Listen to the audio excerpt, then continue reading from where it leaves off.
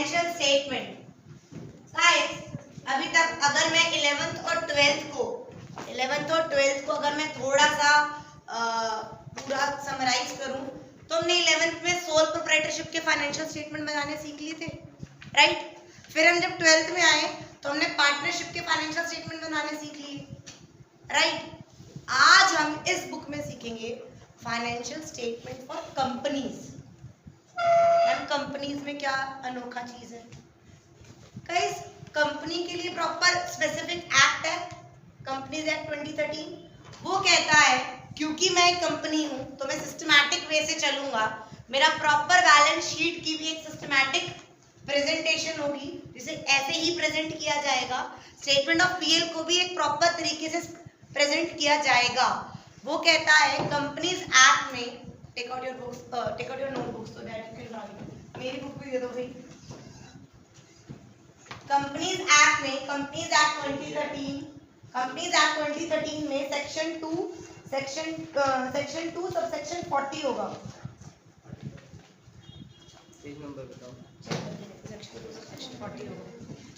Section 129 तो अच्छा 240 to bracket companies act 2013 में उन्होंने कहा सेक्शन 2 सबसेक्शन 40 में उन्होंने कहा एक फाइनेंशियल स्टेटमेंट में हमारे ये 4 चीज होंगी और उन 4 में से 2 चीज हम क्या करेंगे इस चैप्टर में, दैट इज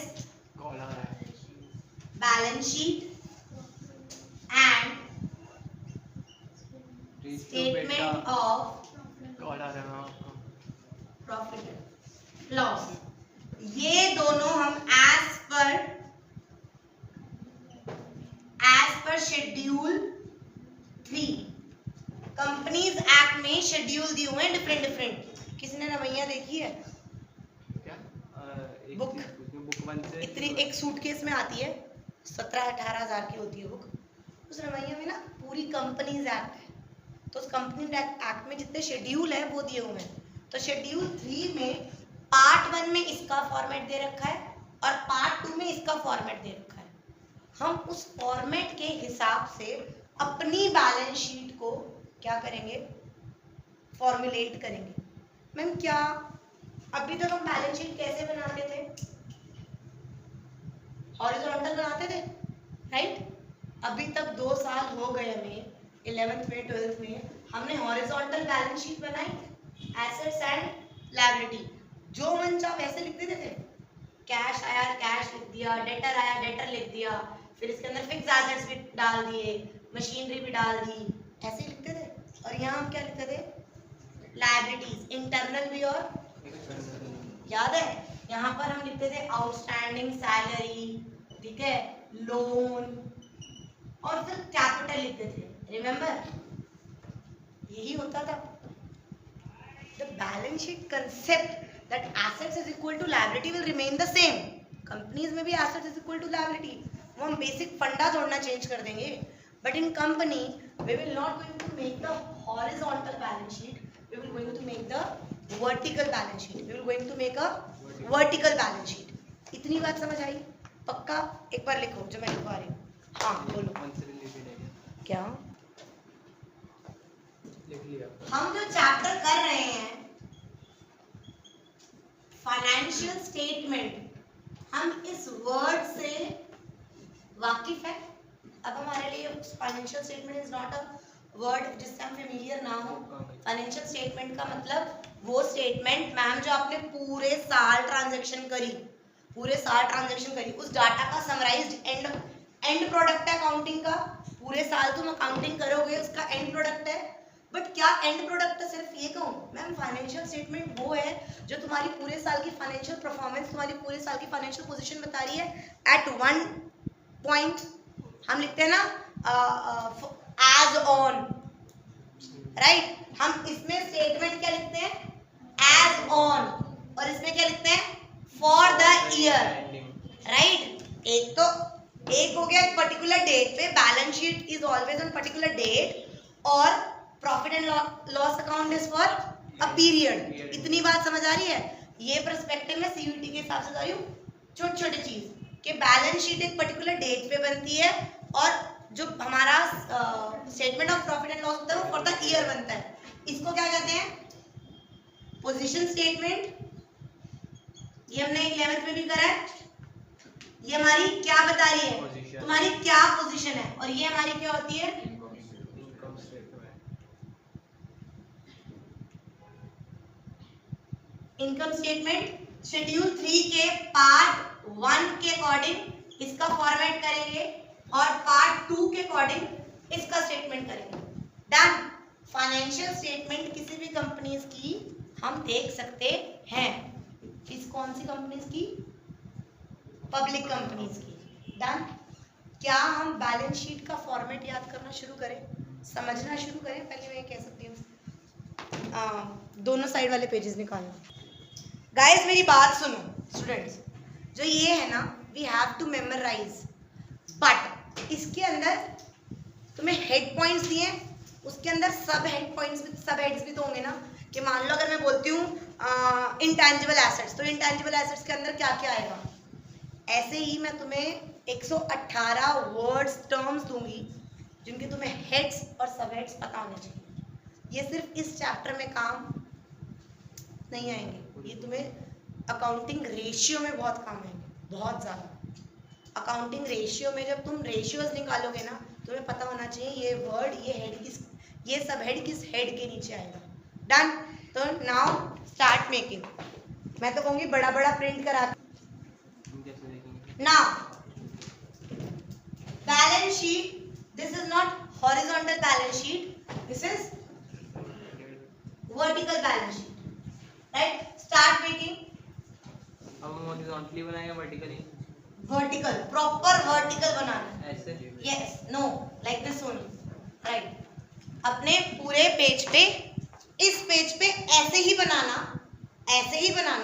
लेकिन ये वाले साइड वाले पेज पे जो यहाँ हेड लिखेंगे ना, इसके सब हेड्स यहाँ लिखेंगे। Are you getting me? Done. So XYZ limited की हम क्या बना रहे हैं? Balance sheet as on 31st March something.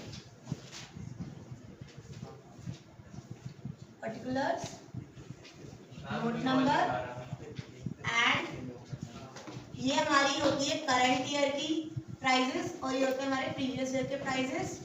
ये होते हैं नोट नंबर।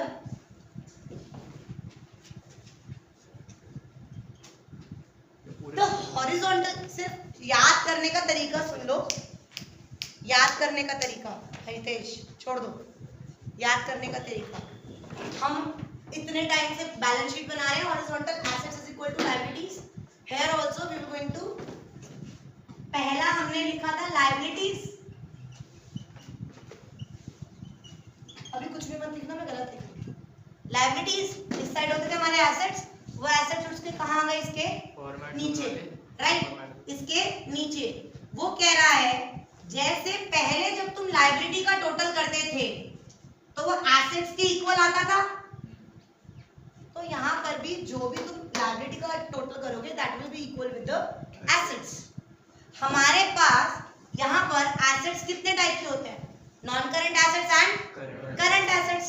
तो एसेट्स के नीचे हमारा दो मेन हेड मिलेंगे, that is non current assets and current assets. अब इसके नीचे हम क्या याद करेंगे? इसके सब पॉइंट्स। सब पॉइंट्स एग्जैक्ट लिखने में कुछ भी नहीं होता। जो ये तुम्हारे हेड के नीचे ये आएंगे ना, मान लें यहाँ पे मैंने लिखा इनटैंजिबल एसेट्स। अब इनटैंजिबल एसेट्स तो तेरे बहुत सारे हैं ना, they will give one intangible assets and they will ask कि इंटैंजिबल एसेट्स कौन से हेड के नीचे और कौन से सब हेड के नीचे है। राइट, उन्होंने लिख दिया फॉर एग्जांपल सिक्योरिटी, एसपीआर होता है सिक्योरिटी प्रीमियम रिजर्व। अगर हम शेयर को प्रीमियम पे इशू कर देते हैं तो सिक्योरिटी प्रीमियम रिजर्व आता है। तो वो सिक्योरिटी प्रीमियम रिजर्व कहाँ आएगा?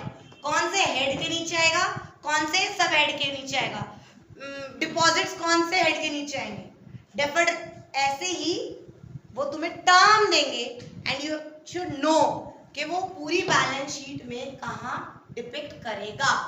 रटना नहीं है, जो मैं समझा रही हूँ पहले समझे। ये समझ आया, assets is equal to liability होती है। यहाँ पर हम किसकी बैलेंस शीट बना रहे हैं, कंपनी की कैपिटल जो होती है, जो कंपनी की कैपिटल होती है वो किस में डिवाइड होती है, शेयर्स। किस में डिवाइड होती है, तो शेयर्स इक्विटी शेयर्स होते हैं, इक्विटी बोलते हैं। तो हम यहाँ पर क्या लिखेंगे, equity and liability, the term is same. Equity means capital, हम लायबिलिटी साइड्स एक्सटर्नल लायबिलिटी लिखते थे, बाहर वालों को देने वाली लायबिलिटी, बैंक है, आउटस्टैंडिंग है, कोई लोन है, कोई बोरोइंग है, राइट, यही लिखते थे एक्सटर्नल लायबिलिटीज। और इंटरनल लायबिलिटी हमारी कैपिटल होती थी।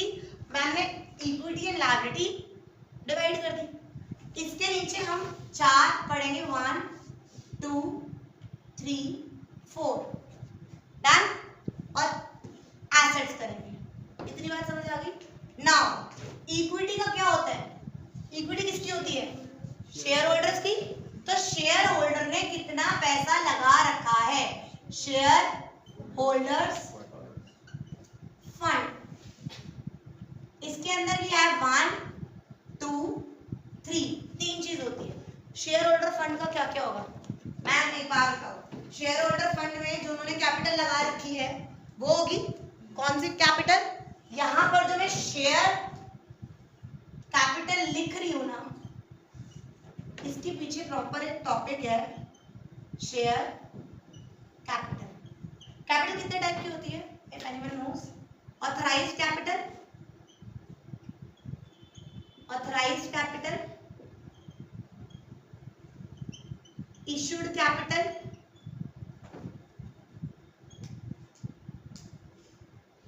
Subscribed capital, called up capital,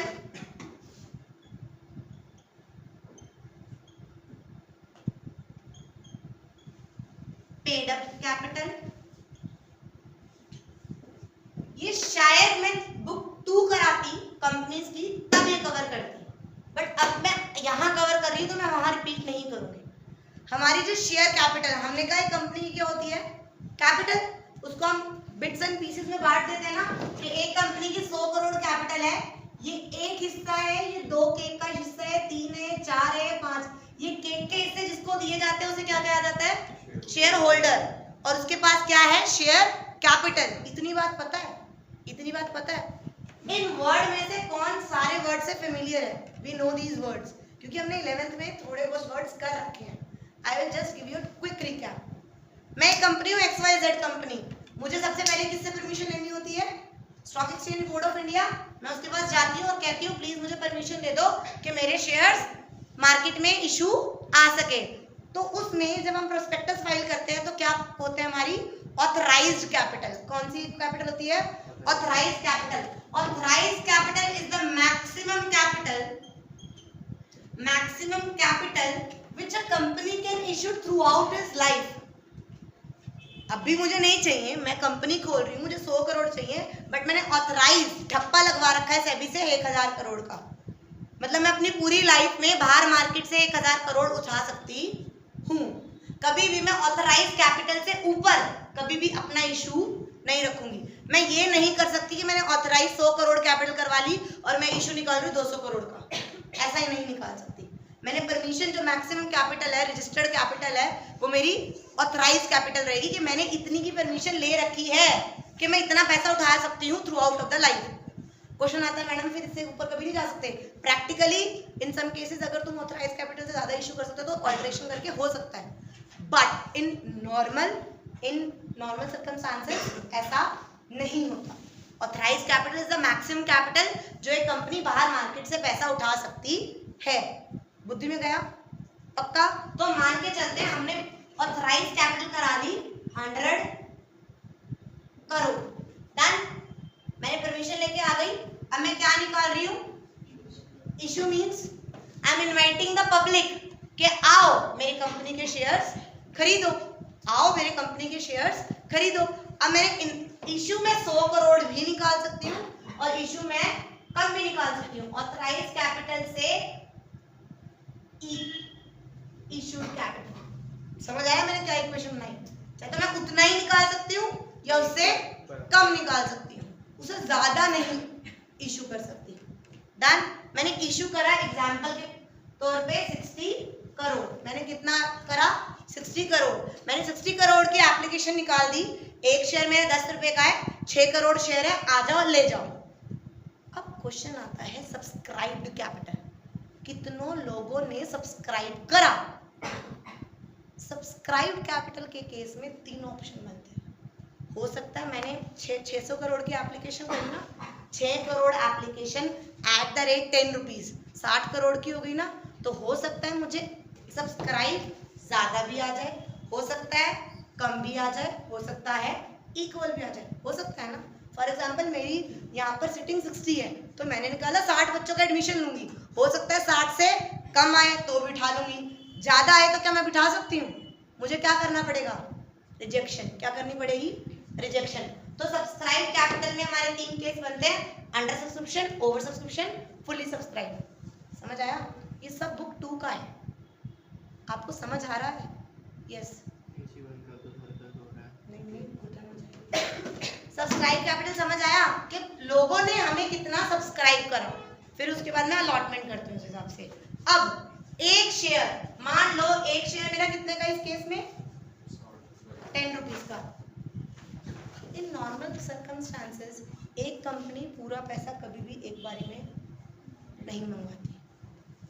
इसका रीजन आज ही जीएस गरेवाल सर ने कहा कि क्यों, कभी सोचा है कि क्यों हमने पूरी बुक 2 में ये पढ़ा कि यार 10 में से 2 रुपए हम एप्लीकेशन पे मंगवा रहे हैं, 3 रुपए हम अलॉटमेंट पे मंगवा रहे हैं, फिर 4 रुपए हम फर्स्ट कॉल कर रहे हैं और फिर 1 रुपए हम सेकेंड एंड फाइनल कॉल कर रहे हैं। ऐसा क्यों? गरेवाल सर ने कहा ऐसा इसलिए हम शेयर कैपिटल करते हैं ताकि वेल्थ लोगों में बटे। अगर मैं ये कहूंगी 10 का 10 एक ही टाइम पे ले रहे हैं, सारे शायद ना ले सके, कोई एक शेयर तो लेता नहीं, तो इसीलिए हमेशा बिट्स एंड पीसेस में करते हैं ताकि डिस्ट्रीब्यूशन सही हो, सब अफोर्ड कर सके और ले सके।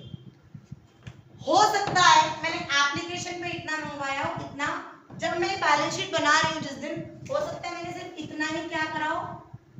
Called up. क्या कराओ? Called up. कॉल मतलब मैंने कॉल करके इतना पैसा मंगवा रखा है। मैंने आज 2 रुपए मंगवा लिए, 1.5 साल बाद 3 रुपए मंगवा लिए, 4 साल बाद 4 रुपए मंगवा लिए। तो जब जहां तक हम बैलेंस शीट बनाते हैं that is called up capital, कि इतनी मैंने मंगवा रखी है, मतलब इतनी मैंने ड्यू कर रखा है। ये होता है अभी मैंने कॉल ही नहीं करा। समझ आया? तुम इंस्टीट्यूट के हिसाब से लो, मैंने इशू कितना निकाला? 60। सब्सक्राइब बच्चे 30 भी आ सकते हैं, 40 भी आ सकते हैं, 60 भी आ सकते हैं और 70 भी आ सकते हैं।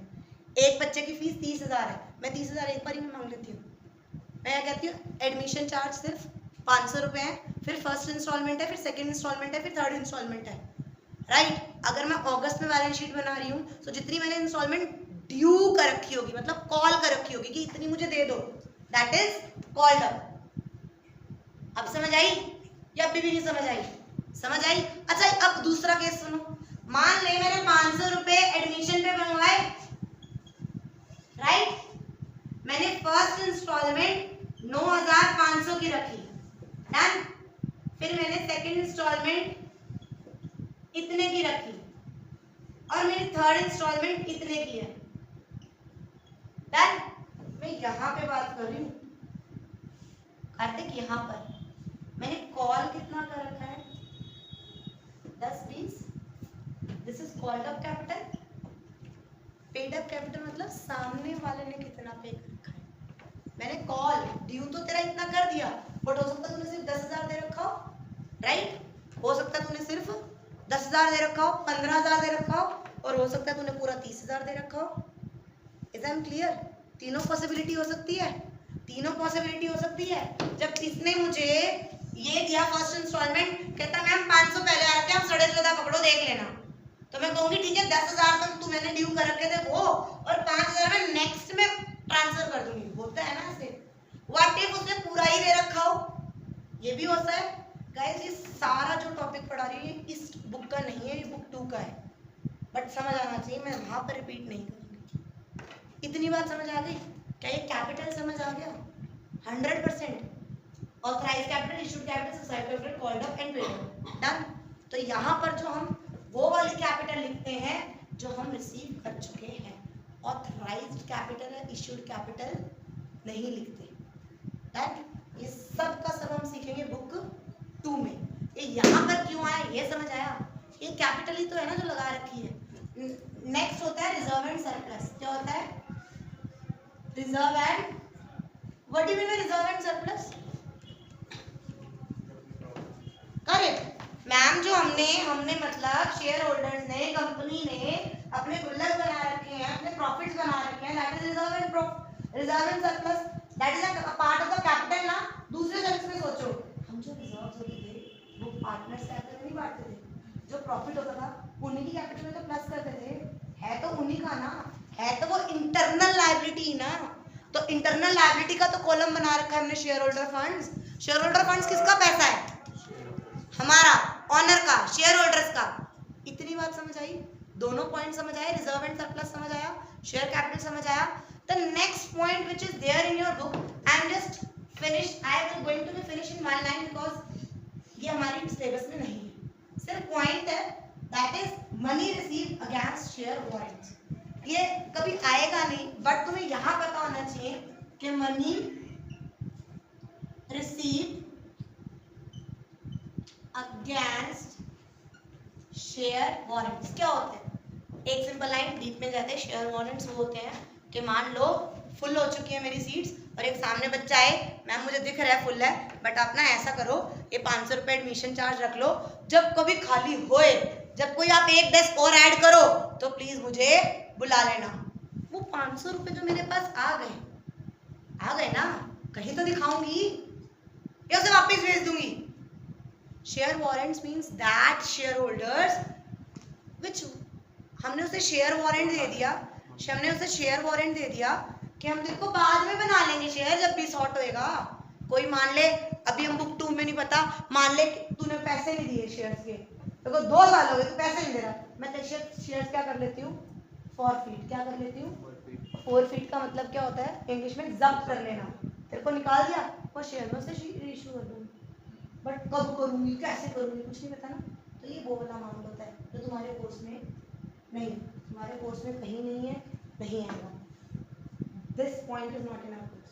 इसमें सिर्फ एक बात करनी है, that is share holder funds, और शेयर होल्डर फंड्स में क्या होता है? Share capital and reserve and surplus. Sorted. Done. जो नेक्स्ट पॉइंट पढ़ोगे तुम, वो भी हमारे कोर्स में नहीं है, सिर्फ पता होना चाहिए कि इक्विटी एंड लायबिलिटी में आ रहा है, that is share application money pending allotment. ये भी हमारे कोर्स में नहीं है। Share application money pending allotment. अभी सिचुएशन, मान ले मैंने 31 साल खत्म होने से पहले निकाला था, राइट? शेयर निकाल दिया, आओ मेरी कंपनी के शेयर्स खरीदो, मेरे को एप्लीकेशन मनी देना शुरू कर दिया सबने, 2-2 रुपए 2 करोड़ आ रखे हैं। एप्लीकेशन मनी तो मैंने रिसीव कर ली, बट 31 मार्च तक मैंने उन्हें अलॉट शेयर, जब मैं शेयर अलॉट कर दूंगी तो ये ऑटोमेटिकली पैसा इसका पार्ट बन जाएगा? बनेगा नहीं बनेगा?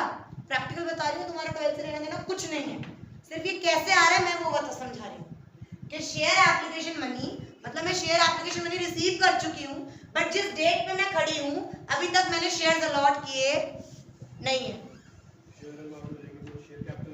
करेक्ट। प्रैक्टिकली यही होता है, जब हम शेयर अलॉट कर देते हैं वो हमारे शेयर होल्डर्स बन जाते हैं, वो शेयर कैपिटल का पार्ट बन जाता है।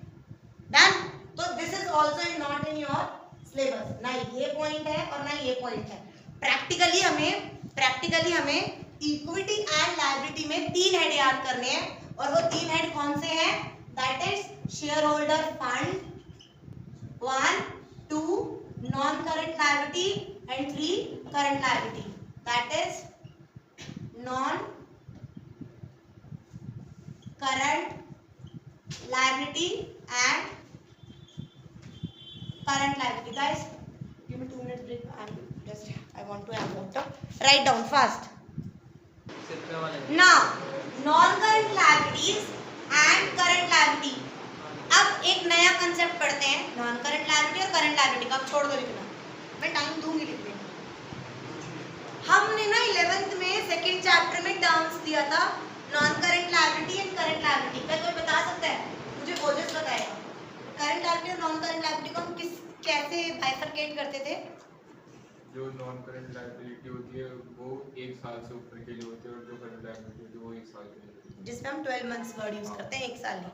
हम ना जब छोटे बच्चे थे तो हम ये पढ़ते थे कि current liabilities are those liabilities which will be payable within the 12 months and which is paid after 12 months, that is long term liability. अब फोन अपग्रेड करते हैं तो हमें अपने आप को भी अपग्रेड करना चाहिए. जो हम पढ़ के आए हैं वो गलत नहीं है, बट इसके अंदर हम एक और वर्ड पढ़ने जा रहे हैं, that is operating cycle. Can anyone tell what is operating cycle? पढ़ा रखा है. ऑपरेटिंग साइकिल क्या होता है? इसमें भी दिया होगा क्योंकि एक बार आ गया था क्वेश्चन. ऑपरेटिंग साइकिल क्या होता है? 11th क्लास में पढ़ा होगा कि मैम जब हम सामान बेचते हैं वो बिकता है, फिर वो पैसा कन्वर्ट होता है, आता है, घूम के पैसा आता है, that is operating cycle. Do you remember? सामान बनता है, बिकता है, फिर कुछ उधारी पे बिकता है, फिर वो वापस आता है, तो it will take some time. That is known as operating cycle. याद आपने 11th क्लास में नहीं 12th क्लास में ही फैक्टर्स इफेक्टिंग करे थे फाइनेंशियल मार्केट में, तो हमने पढ़ा नहीं था कि ऑपरेटिंग साइकिल, जिसकी लंबी ऑपरेटिंग साइकिल है तो उसे वर्किंग कैपिटल ज्यादा चाहिए, जिसकी छोटी वर्किंग साइकिल है उसे वर्किंग कैपिटल कम चाहिए. याद है? अभी अभी ताजा पढ़ के आए हो 12th में बीएसटी में. लॉजिक क्या है? समझ आ गया? अगर तेरी छोटी वर्किंग साइकिल होगी, तूने आज पैसा लगाया 20 लाख, तूने वो मशीन में डाला, वो प्रोडक्ट बन के वो बिक गया, उधारी पे बिका, वो कैश आया, तेरे 4 ही महीने में पैसा घूम के तेरे पास दोबारा आ रहा है. That is operating cycle. जितनी छोटी ऑपरेटिंग साइकिल होगी उतनी कम वर्किंग कैपिटल चाहिए, बट जितनी बड़ी वर्किंग साइकिल होगी उतना ज्यादा पैसा चाहिए होता है. क्यों? क्योंकि वो इतना ही पहुंचोगे, मुझे दोबारा पैसा इन्वेस्ट करना पड़ेगा. अभी तक मेरा कन्वर्ट नहीं हुआ, but I have to reinvest. नहीं समझा? ऑपरेटिंग साइकिल याद है? 11th में पढ़ा है ये चीज. तो वो कहता है कि जब हम long term non current liabilities और करंट लायबिलिटी को कंपेयर करते हैं, क्या चाहता है तू ये बता. चलो कंटिन्यू. तो ऑपरेटिंग साइकिल समझ आई? ऑपरेटिंग साइकिल समझ आई? If anyone want to write then you can write. Operating cycle is the time between acquisition of asset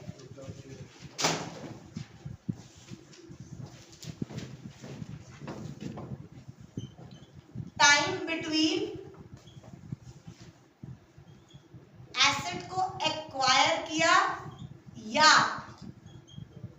manufacture करा और उसको कन्वर्ट किस में करा? मनी में. किस में करा? एसेट कितनी देर में बन रहा है, बिक रहा है, और बिक के कितने देर में पैसे वापस आ रहे हैं, दैट इज ऑपरेटिंग साइकिल. अब ये दोनों चीजों को मैं मिला रही हूँ. सुन ले पहले. अभी तक हमने कहा था within 12 months, but in some business operating cycle 12 महीने से ज्यादा की होती है. मैम तो अब आ जाओ. केस देखो. Can I erase this? Can I erase this? देखो, मतलब अगर कोई चीज मुझे ये देखनी है कि वो करंट है नॉन करंट, तो मैं वो 12 मंथ तो देखूंगी, 12 मंथ तो मैं कंसिडर करूंगी, पर 12 मंथ के साथ साथ मैं क्या कंसिडर करूंगी? Operating cycle. अगर मुझे फाइंड आउट करना है कि मेरा वो नॉन करंट लायबिलिटी है या करंट लायबिलिटी है, तो मैं 12 महीने तो करूंगी, बट साथ साथ क्या करूंगी? Operating cycle. मान लो मैंने 8 महीने में वो चीज मैंने उधारी दी और वो 8 महीने में कन्वर्ट हो गया, तो विद इन 12 मंथ्स है, तो क्या आएगी वो? Current liability. चाहे ऑपरेटिंग साइकिल 8 महीने की हो, चाहे 12 महीने की हो या 15 महीने की हो, बट तीनों ही केस में मेरी वो क्या रहेगी, करंट लायबिलिटी, क्योंकि मेरा एक ऑप्शन टिक हो रहा है। समझ आ गया? अब एक बात बोलूं, मेरी ना वो करंट, मेरी लायबिलिटी, मैं वर्ड यूज करूंगी, मेरी लायबिलिटी 14 मंथ में कन्वर्ट हो रही है। किसमें कन्वर्ट हो रही है? बट मेरी ऑपरेटिंग साइकिल ही 15 मंथ की है, तो मैं क्या मानूंगी, करंट लायबिलिटी। क्या मानूंगी? मेरा ये फुलफिल नहीं हुआ, बट मैं इससे जब कंपेयर कर रही हूँ तो वो मेरा विद इन ऑपरेटिंग, मेरी एक साइकिल ही 15 महीने की है, तो मेरे लिए तो वो करंट लायबिलिटी है ना, मेरे लिए तो वो करंट लायबिलिटी ही मानी जाएगी ना। बट अगर मान लो मैंने ये 13 मंथ में मेरी लायबिलिटी फिनिश हो रही है, बट मेरी ऑपरेटिंग साइकिल 12 मंथ की है, तो non current liability. First priority I will give to the month, अगर तो वो 12 महीने से नीचे की है, पहला केस। अगर मेरा 12 महीने से नीचे का है और ऑपरेटिंग साइकिल से कितने का भी हो, मेरी वो करंट लायबिलिटी होएगी। बट अगर मान लो मेरा ये ऊपर है, then I will consider this. समझ आया? समझ आया? नाउ ये 1 मार्कर है, बहुत ज्यादा इंटरफेयर नहीं करेगा, बट अभी आया था क्वेश्चन ऑपरेटिंग साइकिल का, तो मैंने इंट्रोड्यूस कर दी। अब हमारा नॉन करंट लायबिलिटी क्या होती है? लॉन्ग टर्म बोरिंग यहां,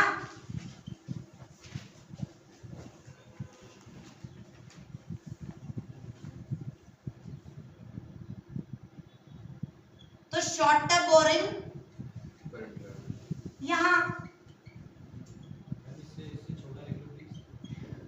मेरे को ना ये पूरे बोर्ड पे लाना है, इसीलिए आई नो, मुझे पता है नहीं दिख रहा होगा, but I will going to click the photo and give it to you. Long term borrowing यहां, तो शॉर्ट टर्म यहां। लॉन्ग टर्म प्रोविजन यहां, तो शॉर्ट टर्म प्रोविजन। क्या होते हैं प्रोविजंस?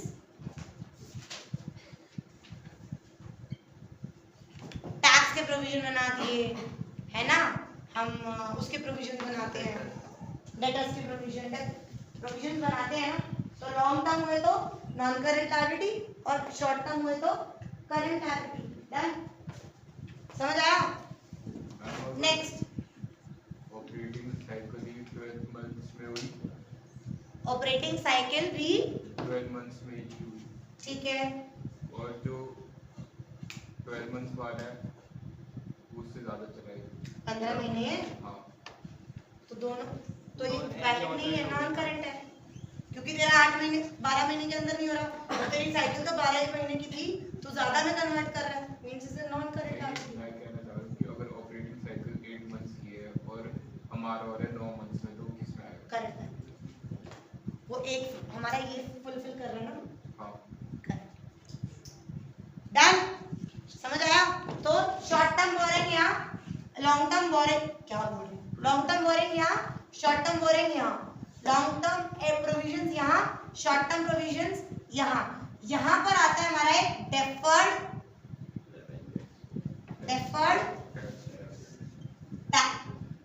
टैक्स।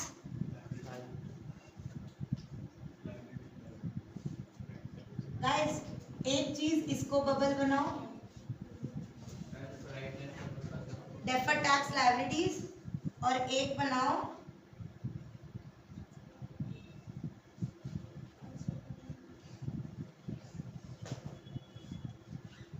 इसको सिर्फ समझ लो, आता नहीं है, ये भी नहीं आएगा, बट ये पता होना चाहिए क्या होता है। 2 टाइप के टैक्स होते हैं, पता है कैसे? एक होता है हमारा अकाउंटेबल टैक्स, अकाउंटिंग का टैक्स, और एक होता है टैक्सेबल वाला टैक्स। मतलब एक तो हम अपने अकाउंट्स करते हैं, हम अपने अकाउंट के हिसाब से मैंने इतना कमाया, ये खर्चा करा, ये आया, ये मेरा अकाउंट्स के हिसाब से टैक्स है, मैं इस पे टैक्स पे करूंगी। बट टैक्स अथॉरिटी क्या कहती है? तेरा प्रॉफिट अपने हिसाब से निकालूंगा, मैं तेरा प्रॉफिट अपने हिसाब से निकालूंगा, मेरे हिसाब से तेरा टैक्स इतना बनता है। 2 समझ आया? 2 टैक्स समझ आए? तो क्या वो 2 टैक्स में डिफरेंस नहीं आ सकते? केस अब कोई नहीं सुन रहा, इसको लिखने की है, मैं कह रही हूँ मैं टाइम दूंगी, पहले स्टोरी सुन लो। समझाऊं? अब मेरे अकॉर्डिंग मेरा 10 लाख टैक्स बनता है, मैंने 10 लाख टैक्स पे कराई गवर्नमेंट ने, गवर्नमेंट ने चेक करा तेरा टैक्स तो 12 लाख बनता है, तो तू 2 लाख और देनदार है, उसे क्या कहते हैं? डेफर्ड टैक्स लायबिलिटी, तेरी लायबिलिटी बनती है। डन। केस 2, मैं कितना दे आई अपने हिसाब से? 10 लाख, उसने कहा 13 लाख, तो 9 ही लाख बनता है, तो हम तेरे पे 1 लाख क्या देंगे वापस, तो वो क्या आता है? Deferred tax assets. समझ आ गया? आता नहीं है but you should know the meaning at least. Done? समझ आया? Now long term boring, long term this और अदर में डाल लो, जो बच गया, जो इन तीनों में नहीं आया, लॉन्ग टर्म बोरिंग में नहीं आया, लॉन्ग टर्म प्रोविजंस में नहीं आया, डेफर्ड टैक्स में नहीं आया, तो किस में जाएगा? Other long term liabilities. यहाँ पर short term borrowing, short term provisions, trade payables, trade payables, और जो कहीं पे भी नहीं आया अदर करंट लायबिलिटी। समझ आ गया? लिखो।